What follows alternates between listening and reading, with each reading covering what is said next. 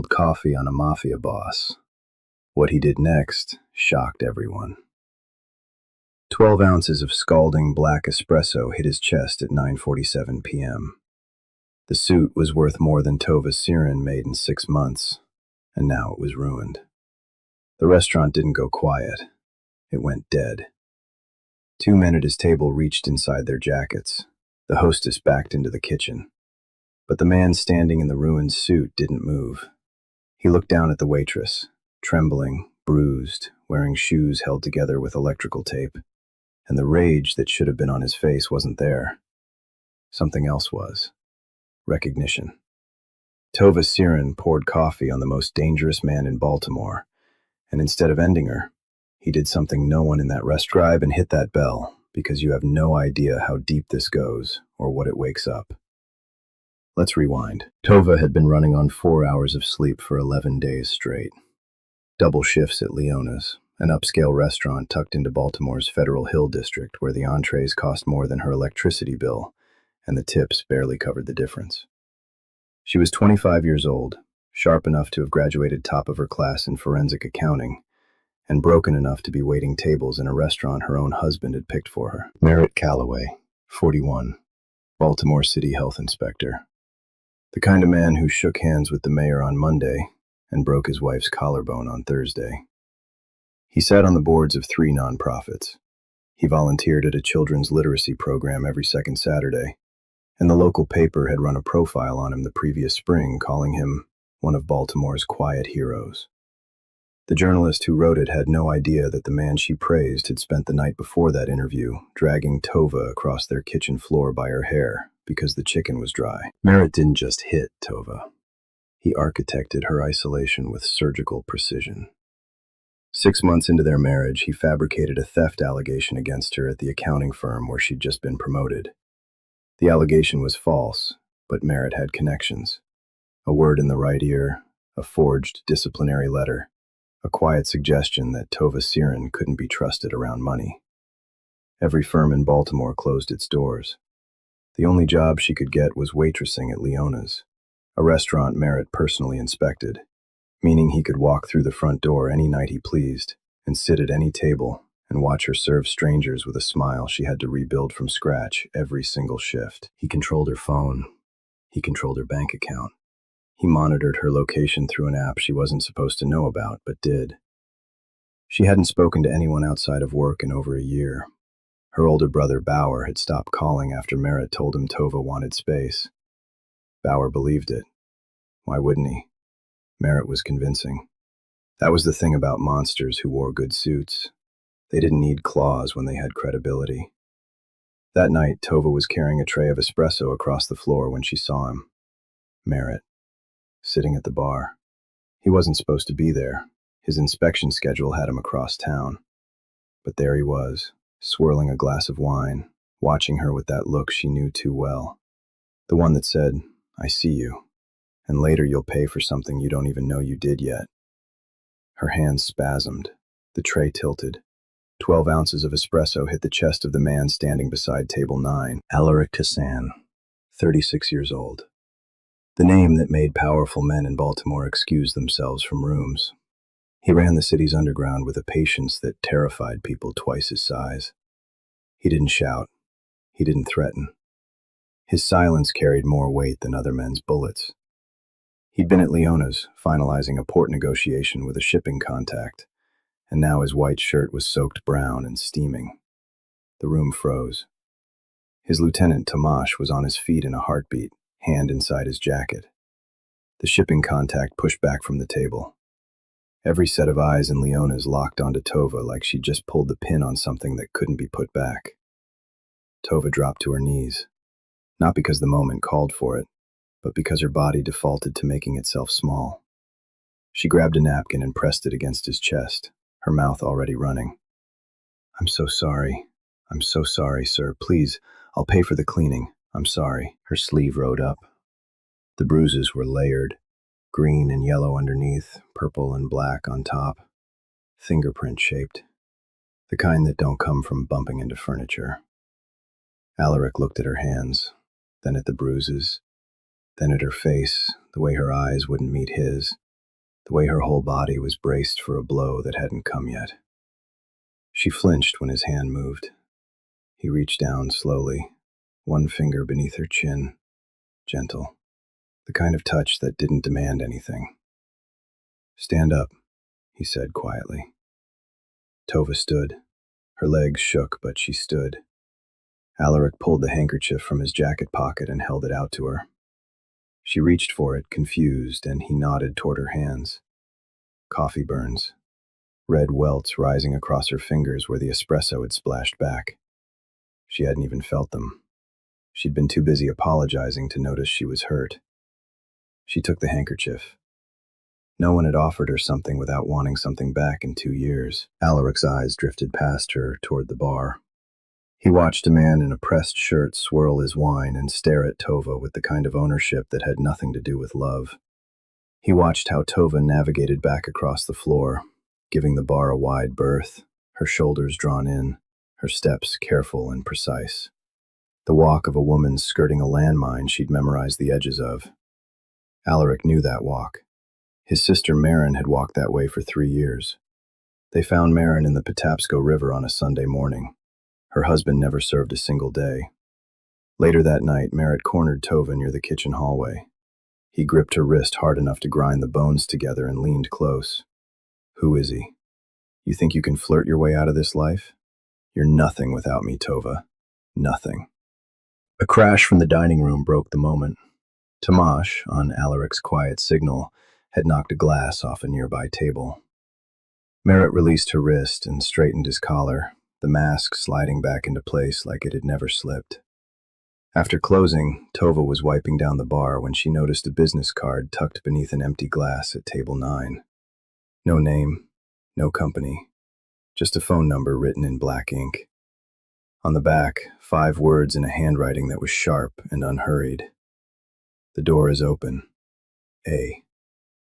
Tova slipped the card into her apron. When she got home, Merritt was asleep on the couch with the television on. She moved through the dark apartment without making a sound, the way she always did, and hid the card inside the lining of her worn-through work shoes. She lay in bed staring at the ceiling. Her wrist throbbed where Merritt had grabbed her. Her ribs still ached from last week. But something had shifted, a crack so small she almost missed it. For 2 years, every door in her life had been locked, deadbolted, controlled. Tonight, someone had told her one was open. She didn't walk through it yet, but she knew it was there. And knowing was enough to keep her eyes open a little longer than usual, watching the dark, breathing slowly, feeling for the first time in years like the morning might bring something other than fear. Tova made the call on a Wednesday morning. Merritt had left for an inspection across town. She had a 3-hour window at most. Her fingers trembled as she pried the card from the lining of her shoe. She dialed the number from a payphone 2 blocks from the apartment because Merritt tracked every call on her cell. Alaric answered on the first ring. He didn't ask who it was. He said, "I'll send someone. 3 blocks north of where you're standing. Black sedan. His name is Tomasz." She didn't ask how he knew where she was. She just walked. Tomasz was parked exactly where Alaric said he'd be. A mountain of a man with hands like cinder blocks and a face that had been rearranged more than once. He opened the back door without a word. Tova climbed in. Neither of them spoke for the entire ride. The safe house was a narrow row house in Fells Point. Old brick, iron gate, no signage, no public record. From the outside it looked abandoned. Inside it was clean, warm, and stocked with everything a person might need to disappear for a while. Tova noticed the door to her room first. No lock.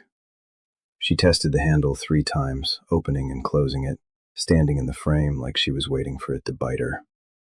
No deadbolt, no keypad, no heavy thunk of metal sliding into metal. She stood there for a full minute, just breathing, feeling the absence of the thing that had caged her every night for 2 years. Alaric arrived that evening. Dark coat, sleeves pushed to his elbows, a manila folder thick enough to choke on tucked under his arm. He sat across from her at the kitchen table and slid it forward. "I've been investigating your husband for 5 months," he said. "Not because of you, because his name kept showing up in places it shouldn't. He opened the folder. Tova leaned in. Merritt Calloway's Health Inspection Authority gave him access to every commercial building in Baltimore's waterfront district. Over the past 2 years, he had systematically shut down 6 legitimate businesses in that corridor: a bakery, a print shop, a boat repair outfit, a seafood wholesaler, a community gym, and a daycare center. Every closure was backed by fabricated health code violations that no one challenged because Merritt's reputation was untouchable. Every shuttered building was purchased within weeks by a shell company called Price Harbor LLC. The sole beneficiary of Price Harbor LLC was Councilman Lydell Price, Baltimore's golden boy of waterfront development, the man who had just been nominated for a Civic Leadership Award. "Price and your husband are partners," Alaric said, "but the properties they've been buying aren't theirs to sell." He pulled a second document from the folder, a will, dated 4 years ago, signed by Ilona Siren, Tova's grandmother. Tova's breath caught. Ilona had raised her after her parents divorced, a tough, quiet woman who cleaned office buildings at night and saved every dollar she earned for 40 years. She'd died 3 years ago, and Tova had been told the estate was empty. Merritt handled the paperwork. Merritt always handled the paperwork. "Your grandmother owns 6 commercial properties along the waterfront," Alaric said. "She left them to you. All of them. The portfolio is worth roughly $30 million. The room tilted. Tova gripped the edge of the table. "Merritt intercepted the inheritance notification," Alaric continued. "He forged power of attorney documents while you were sedated after a fall. His words, not mine. And has been liquidating the properties to Price one by one. Every dollar has been routed through offshore accounts, and every one of those accounts is registered in your name." Tova's mouth opened, but nothing came out. Her grandmother's buildings. Her grandmother's life savings converted into brick and mortar. Stolen, laundered, and papered in Tova's identity so that if anyone ever pulled the thread, she'd be the one holding the bag. "He didn't just marry me to control me," Tova whispered. "He married me to rob me." "Yes." Something shifted behind her eyes. Not tears. Something harder. Alaric pushed a laptop across the table. "My forensic team has been working these numbers for weeks. They're good, but they're not forensic accountants." Tova looked at the screen. Bank statements, transfer authorizations, routing numbers scattered across 4 countries. Her trained eye moved across the data the way a pianist's fingers move across keys, instinctive, precise, hungry. Within 20 minutes, she'd identified 3 discrepancies Alaric's people had missed. Within an hour, she'd mapped the entire laundering structure, drawing connections between shell companies that had been designed to look unrelated. She was good. She'd always been good. Merritt had buried that. But buried isn't the same as dead. They worked through the night. Alaric sat across the table reading while she dismantled his husband's financial empire, line by line. He didn't check his phone. He didn't rush her. At 2 in the morning, he set a cup of coffee beside her without being asked. She looked up. He was already back in his chair, reading, as if he'd never moved. She wrapped her hands around the mug and felt the warmth seep into her fingers, and something in her chest loosened a fraction. She fell asleep at the desk near dawn. When she woke, a blanket was draped over her shoulders that hadn't been there before. Alaric was gone. Tomash was in the hallway, silent as a wall. The next morning, Tova came downstairs and stopped at the kitchen door. A pair of shoes sat on the mat, brand new, non-slip soles, her size. No note, no name, just shoes, because someone had noticed that hers were held together with electrical tape, and she'd never said a word about it. She put them on and stood there for a long time, feeling something she couldn't name yet. That evening, Merritt appeared on the local news, a charity fundraiser at the Belvedere Hotel. He was shaking the mayor's hand, flashing that camera-perfect smile, accepting an award for outstanding community service. The anchor called him one of Baltimore's most dedicated public servants. Tova watched from the safe house living room. She didn't flinch. She didn't cry. Something crystallized inside her, not broke, crystallized, like a lens clicking into focus for the first time. She wasn't the broken one. She had never been the broken one.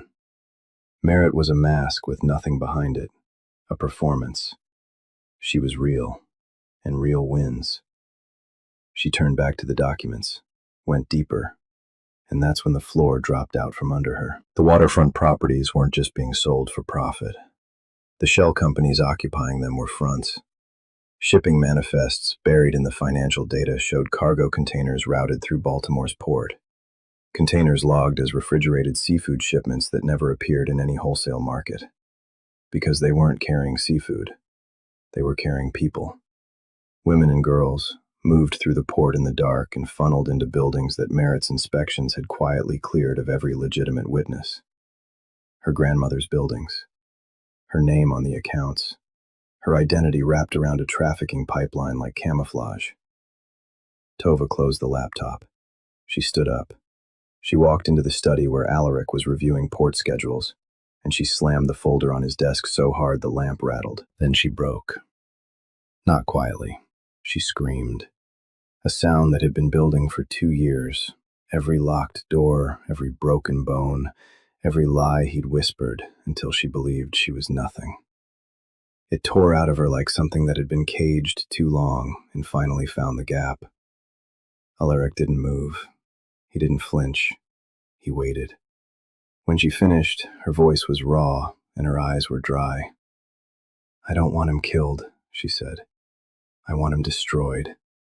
I want him to sit in a concrete room for the rest of his life, knowing that the woman he broke is the one who buried him." Alaric studied her for a long moment. Then something crossed his face, something that looked like pride. "Then we bury him," he said. The Baltimore Waterfront Restoration Gala was 18 days away. Councilman Lydell Price was being honored for his visionary leadership in revitalizing the Harbor District. The governor would attend. The mayor would speak. 300 donors, developers, and media figures would fill the grand atrium of the Baltimore Convention Center. Every major news outlet in Maryland had confirmed coverage. It was the biggest stage in the city, and Tova intended to burn it down without striking a single match. Alaric laid out the logistics. His tech specialist, Hadley, a wiry woman in her 30s who spoke in code and sarcasm in equal measure, would access the gala's audio-visual system through a catering company Alaric owned. The presentation screens flanking the stage would be hijacked mid-ceremony during Price's acceptance speech. The switch would take 4 seconds. "The content has to be airtight," Hadley said. "One shot. If the evidence looks even slightly fabricated, they spin it as a cyber attack and Price walks away a victim."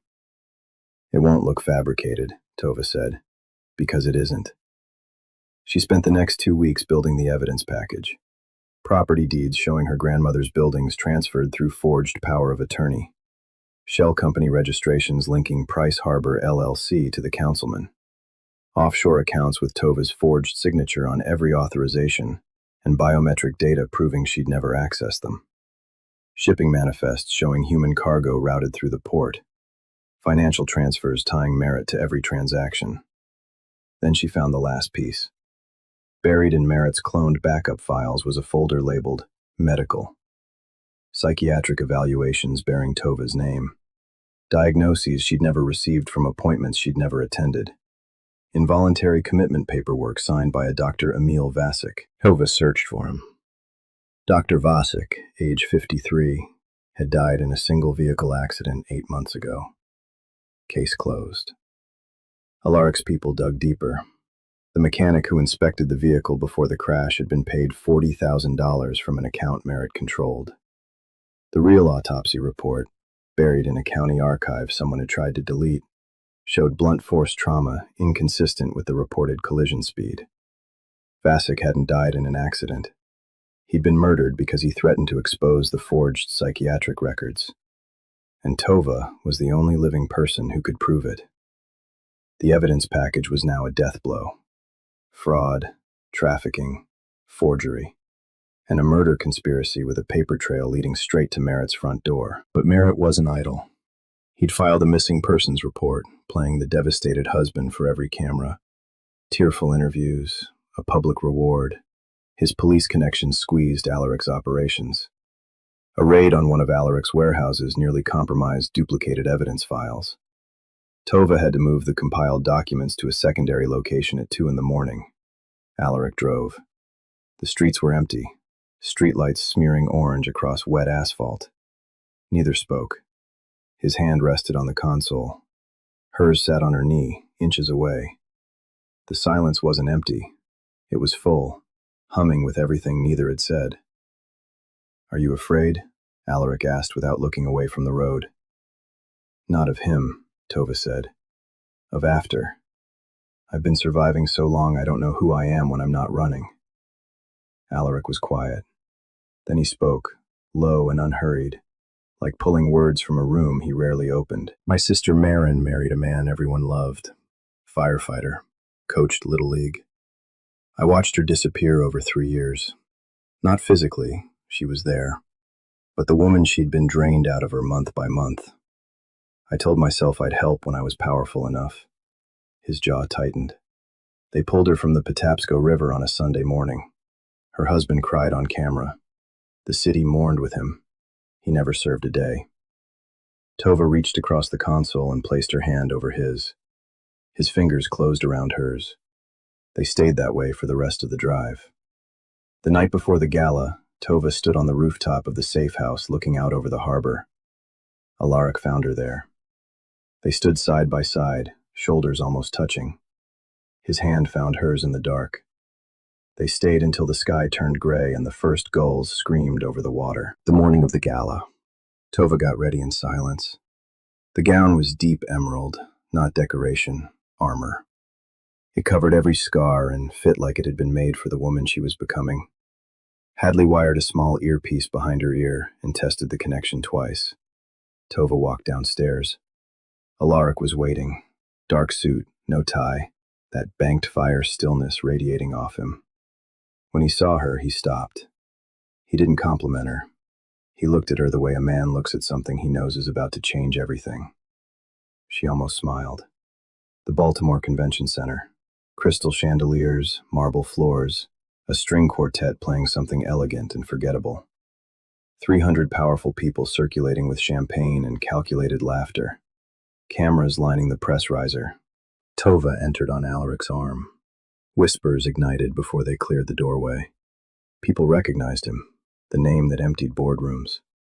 People recognized her, the missing wife from every newscast, the fragile woman on Merritt's flyers. She was supposed to be broken. Instead, she walked through that room like she owned the ground beneath it. Merritt saw her from across the atrium. His glass stopped halfway to his lips.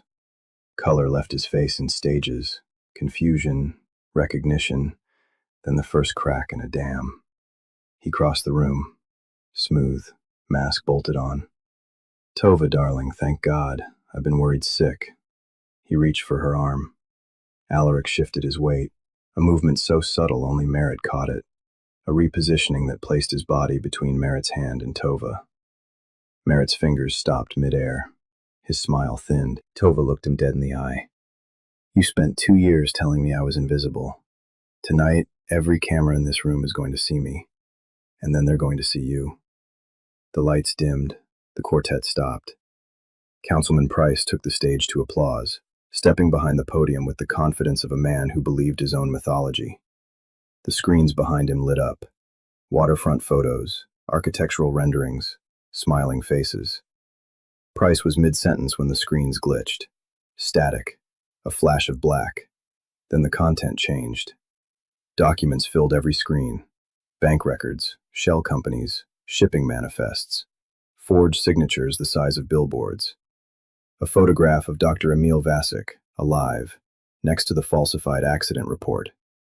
And Merritt Calloway's handwriting. Unmistakable, enormous, on every document that had stolen a woman's life and buried a dead man's truth. 300 faces turned toward the screens. Every camera swung upward. Price gripped the podium, mouth frozen, and Merritt Calloway stood in the center of the atrium, watching his world crack open on a wall of light he couldn't turn off. The first document was the power of attorney. Tova's signature, forged, as the biometric analysis displayed beside it confirmed. granting Merritt Callaway full control of 6 commercial properties along Baltimore's waterfront. Properties left to her by Alona Siren. Properties worth $30 million. Properties Tova had never known she owned. The second was the Shell Company network. Price Harbor LLC, its subsidiaries, its offshore branches, all mapped in clean lines connecting Councilman Lydell Price to every fraudulent transaction. Donor tables went quiet. The governor's security detail shifted closer to the exit. The third was the shipping manifests. Cargo containers logged as refrigerated seafood, routed through Baltimore's port, delivered to buildings Merritt had cleared with fabricated health violations. The manifest didn't list product weights. They listed names. Women's names. Girls' names. 47 of them across 18 months. A gasp moved through the atrium like a wave breaking. The fourth was Dr. Emil Vasic. His photograph, alive, smiling at a medical conference, appeared beside the police report that had ruled his death an accident. Then the real autopsy report filled the screen. Blunt force trauma to the skull. Injuries inconsistent with the reported collision. And a $40,000 payment from Merritt Callaway's account to the mechanic who'd last touched the vehicle. The audio played last. Merritt's voice, captured by a device Alaric's team had planted in his home office, filled the atrium through 12 concert-grade speakers. Clear. Unmistakable. Every word a nail in his coffin. You think anyone believes you? You're nothing, Tova. A name on paper. I made you, and I'll erase you. Try to leave and I'll have you committed before you reach the front door. 300 people heard it. Every camera recorded it. The string quartet's music stand sat empty. No one moved. Price lunged for the AV control panel beside the stage. Locked. Hadley had sealed it remotely. He slammed his fist against the console, his face purple, his composure shattered into pieces too small to reassemble. Merritt tried. Even now, even with his own handwriting projected 30 feet high, he tried the mask one last time. He turned toward the nearest camera and opened his mouth. The concerned expression, the reasonable tone, the performance that had fooled an entire city for years. This is a coordinated attack. These documents are fabricated. The audio looped. His own voice cut him off mid-sentence. The room heard him threaten his wife again. And again. The mask didn't crack. It disintegrated. His allies moved first. The police captain who'd played golf with him last month stepped backward into the crowd. The judge who'd attended his Christmas party turned toward the exit. Lawyers, donors, colleagues. One by one, they created distance, as if proximity to Merritt Callaway had become something that could end careers. Which it had. FBI agents entered through the west doors. 4 of them. They didn't rush. They walked with the calm, inevitable pace of men who had already read every document on those screens because an anonymous package had arrived at their Baltimore field office that morning. Merritt saw them coming. The performance collapsed. His shoulders caved. His face went slack. He looked across the room at Tova, standing untouched, unmoved, backlit by the screens that displayed his destruction. And for the first time in their marriage, he had nothing to say. They cuffed him in front of every camera. Price followed 40 seconds later, escorted from his own stage at his own gala. The flashbulbs didn't stop for 11 minutes. Tova stood in the center of the atrium. She didn't cry. She didn't speak. She breathed, a full, deep, unobstructed breath that expanded her ribs without pain for the first time in longer than she could remember. Around her, the room churned with chaos, but she was still, completely, perfectly still. 6 months later, the building on Thames Street had been gutted and rebuilt from the studs out.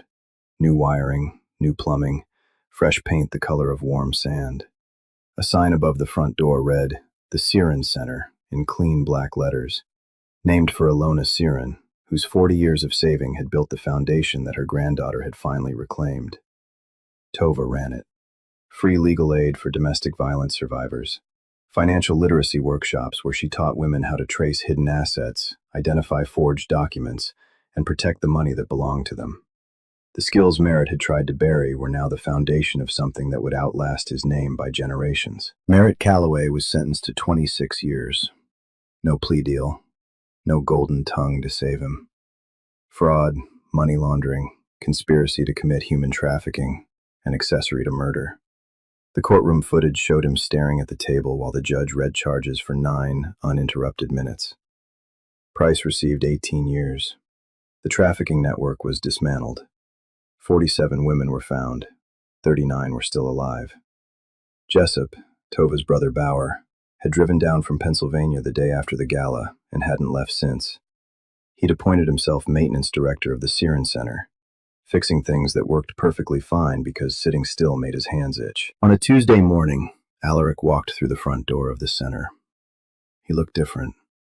The coiled readiness that had lived in his shoulders, the permanent tension of a man who controlled everything because trusting anything felt like dying, was quieter. Not gone, but softer. He'd handed the port operations to Tomash. He was investing in legitimate properties along the waterfront, including transitional housing in the building next door. Tova was in the kitchen making coffee when he found her. She turned and looked at him, and the distance that had always lived between them, respectful, careful, deliberate, felt smaller than it ever had. "I need to tell you something," she said.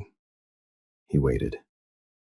"That morning in the safe house, when I came downstairs and found those shoes by the kitchen door." She paused. Her voice was steady, but her eyes were bright. "No note, no name, just shoes. Because you noticed mine were falling apart, and I'd never said a word about it." She swallowed. "Nobody had seen what I needed in 2 years. You saw it in 2 days. And you didn't make it about you. That's when I knew." Alaric stepped closer. She closed the distance.